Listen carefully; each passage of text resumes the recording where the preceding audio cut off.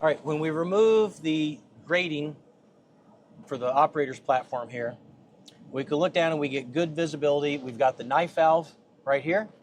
The knife valve has this gland on the top of it, and inside there's rope packing.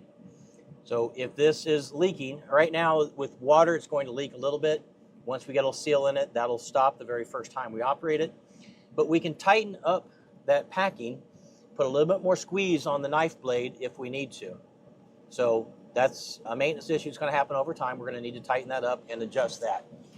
Down on this side, this is a wet-dry valve, and we've got this extension so that we can actually access it from the outside, not have to crawl underneath the machine to open and close it. But this is also a butterfly. It's called a wet-dry valve, but it operates like a butterfly valve. And if you get foreign material in the tank, you could get something that builds up on there that doesn't want to close.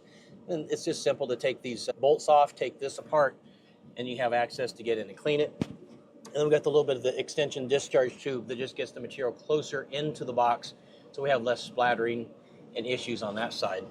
This is just a rubber tube. We've got two hose barbs on either side. These are pretty close together.